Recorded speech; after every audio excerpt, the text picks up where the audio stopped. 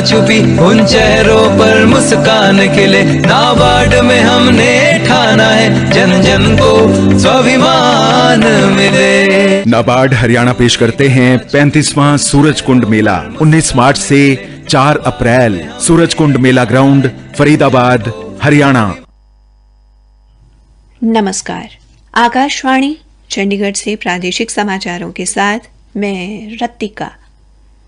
Corona virus को देखते हुए आपसे अपील है कि सतर्क रहें, दोनों टीके लगवाएं और 12 से 14 वर्ष के किशोरों सहित अन्य लोगों की टीका लगवाने में मदद करें।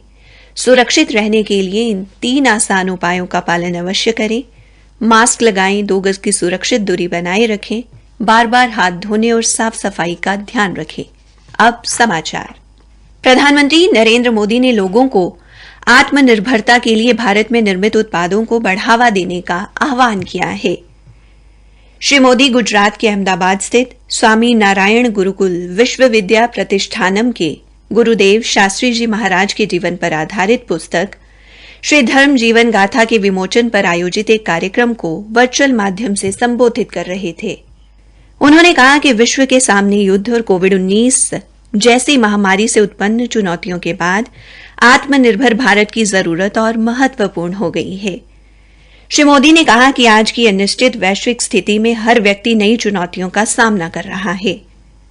महामारी और अब रूस यूक्रेन युद्ध का उल्लेख करते हुए उन्होंने कहा कि स्थिति इतनी अप्रत्याशित है कि कोई भी इन परिस्थितियों से प्रभावित हुए बिना नहीं रह सकता। प्रधानमंत्री ने वैश्विक अनिश्चितताओं के प्रभाव को कम करने के लिए लोगों से आत्मनिर्भर भारत को बढ़ावा देने का आग्रह किया। उन्होंने लोगों से स्थानीय उत्पादों के लिए वोकल फॉर लोकल अपनाने का आग्रह किया। उन्होंने कहा कि इससे रोजगार का सृजन होगा और देश मजबूत बनेगा।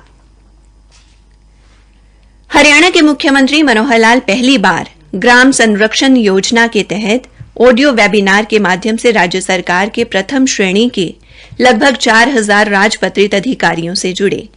इस योजना के तहत अधिकारी एक-एक गांव को गोद लेंगे और उसके संपूर्ण विकास पर काम करेंगे।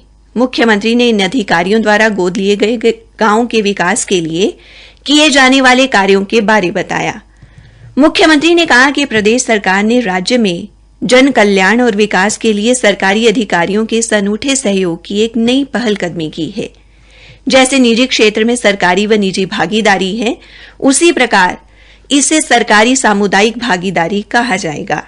उन्होंने अधिकारियों को सबका साथ सबका विकास की विचारधारा का पालन करते हुए इस योजना पर समाज सेवा के रूप में कार्य करने का आग्रह किया। मुख्यमंत्री ने कहा कि राज्य का चहुमुखी विकास सुनिश्चित करने के अलावा सरकार राज्य के लोगों की सुख समृद्धि सुनिश्चित करने के लिए भी प्रतिबद्ध है। देश ने कोविड टीकाकरण में 181 करोड़ 24 लाख का आंकड़ा पार कर लिया है। बीते 24 घंटों के दौरान कोविड-19 के 1549 नए मामले सामने आने के बाद उपचाराधीन कोविड मरीजों की संख्या 25,106 हो गई है। गत 24 घंटों के दौरान 2652 मरीजों ने इस संक्रमण को मात दी है और इसके साथ ही देश में कोविड मरीजों के स्वस्थ होने की दर 98.74% हो गई है। आज विश्व डाउन सिंड्रोम दिवस मनाया जा रहा है। ये एक विश्वव्यापी अभियान है जो डाउन सिंड्रोम के बारे में जागरूकता फैलाने के लिए हर साल 21 मार्च को मनाया जाता है। उल्लेखनीय है कि 21 मार्च को 21वें क्रोमोसोम के 3 गुणों की विलक्षणता को दर्शाने के लिए ये चुना गया था, जो डाउन सिंड्रोम का कारण बनता है। ये एक विकार है जो हर साल जन्म के समय लगभग 6000 बच्चों को प्रभावित करता है। ये आमतौर पर शारीरिक विकास में देरी, हल्की से मध्यम बौद्धिक दिव्यांगता और चेहरे के नैन नक्श से जुड़ा होता है।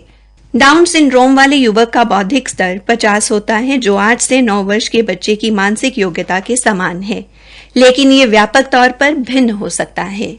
इसी के साथ प्रादेशिक समाचार समाप्त हुए।